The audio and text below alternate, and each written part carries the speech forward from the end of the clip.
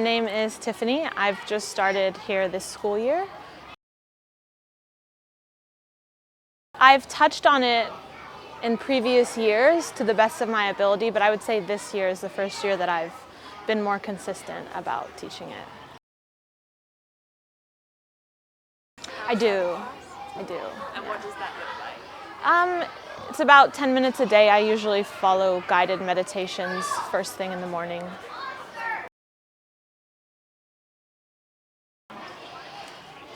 That was always the tricky part, right? But I think the definition that Mindful Sparks uses, just noticing what's happening in the present moment without judgment, that's a really useful way. Now, if I ask my students what mindfulness is, they still can't really remember that definition, but I think they get the idea of it. And some of it sinks in more than others. You know, some are a bit more receptive to it than others are. I think my favorite part of it is mindfulness for the brain, because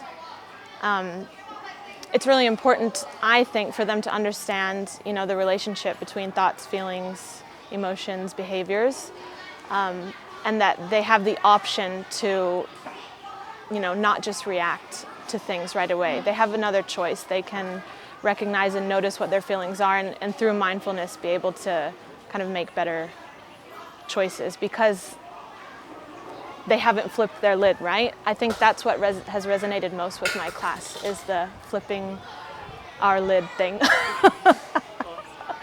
Yeah.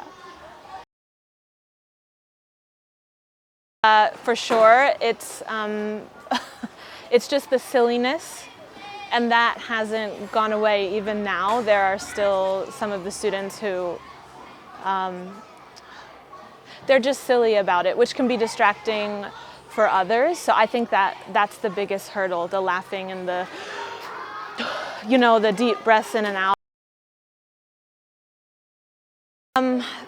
What has worked mostly is just to say, you know, I understand that this might be a little silly and that's okay. I'm just asking if we can try and be quiet as possible, so that everyone else can try and get the most out of this. And if you really think that it's too silly and too funny, you're welcome to find a quiet place in the classroom where it might not distract others. That has worked. And then they all want to be a part of the group, so then they tend to be able to find some stillness and some quiet.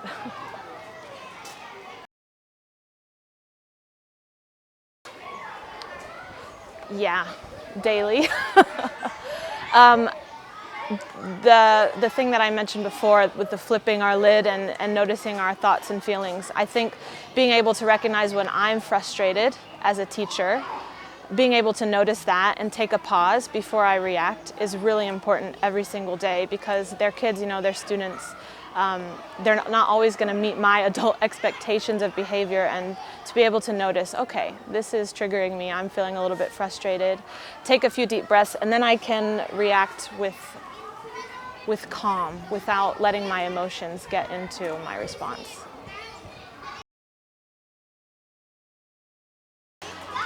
I think because I'm an adult and I've just learned this in the last few years, I wish that I had it before. So I think if the effects aren't even as evident now, I hope that as they grow up, you know, it might sink in at different rates and it might click later on. Or for those students that are receptive to it now, they use the language and they can talk about, you know, their feelings and how what their sensations are, what they're noticing, and I think that language and that practice has helped them kind of be able to regulate their emotions. Not all, but some of them have been receptive to it, and hopefully the rest it'll catch up along the way.